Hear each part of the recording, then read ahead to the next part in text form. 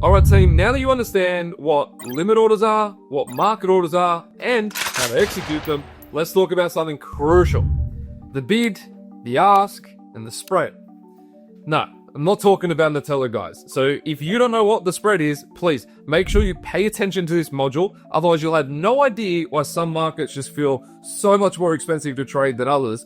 And if you're like me, you might even think the broker's out to get you. I'm going to break this down, in the traditional, simple, and easy to understand format that is the house style here at MMT. Let's get straight into some definitions so you know exactly what I'm referring to when I say bid, ask, and spread. Now, the bid price is what a buyer is willing to pay in order to enter the market. The ask price is what the sellers are willing to sell their stock for or sell that asset in order to exit the market. Now, put simply, the Nutella is just I'm joking.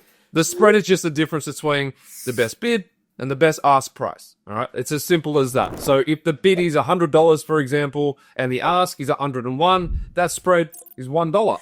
And that spread, that's what you'll incur in order to enter that trade. All right, it's on top of the brokerage commission, and it's basically as simple as that to understand. A narrow spread means there's lots of buyers and sellers. The bid and the ask are very close together.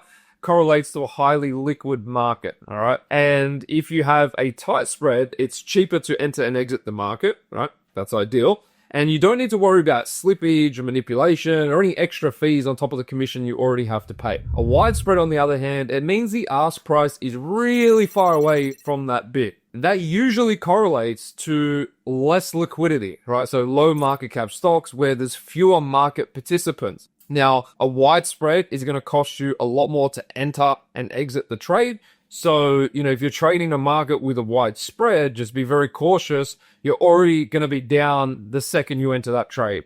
Before I understood this, like I said before, because I was trading penny stock, market cap stocks, I was uneducated. And here's what would happen. I would essentially enter a trade. Let's say I entered a buy position. And even if I was right, I thought I cracked the code, I'm about to start printing profits, the market's moving in my direction, but somehow I was still in a negative. Why? Well, it's because I was trading low market cap stocks with fewer buyers and sellers, which meant wide spreads. So when there's less liquidity, spreads get wider, which means before you even click that buy button and get a chance to profit, you're starting off at a disadvantage. Right, even if you speculate in the right direction and the market does go where you think it's going to go, you're still minus. That's why I thought the broker was manipulating my entry price.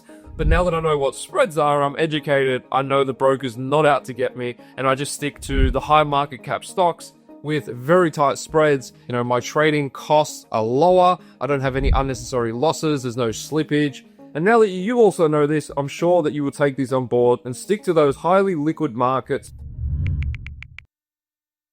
Okay, so I'm going to show you really quick on this account here where you're going to find the spreads, okay? So there's two places you can find them. First, in between the buy and sell, you can see that we have the spread here.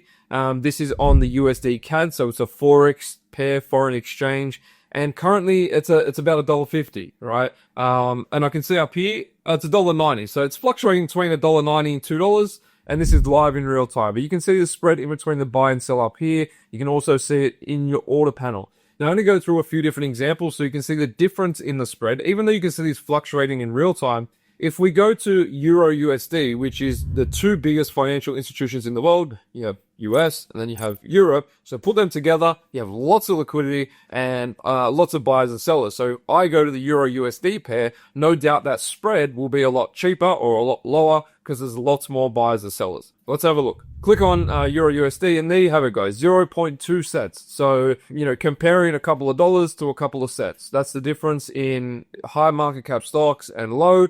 If we go to the NASDAQ, okay, you can see on the NASDAQ, it's fluctuating at the moment. It's about 50 cents. And this will fluctuate between 50 cents and $1. We go to the S&P, it's 25 cents, and so you can see here that if I go to the depth of market, the spread is calculated between the closest seller and the closest buyer, right? And this is transactions taking place in real time, and that's what calculates the spread on the asset that you're trading. So when there's less buyers and sellers, and the spread is really far apart, you're going to incur that cost to enter a trade. When there's lots of buyers and sellers and there's lots of orders on the book, the spreads are really tight, the fees are lower, and it's easier to get in and get out of the market without any slippage or worrying about those extra fees. Hopefully you found this valuable. If you did find it confusing, I understand. Watch it twice. Make sure that you go over what I'm saying, because sometimes you don't pick up on things the first time. Give yourself a chance to understand it, get clarity, get confidence, and I'll see you all in the next module. Thanks, team.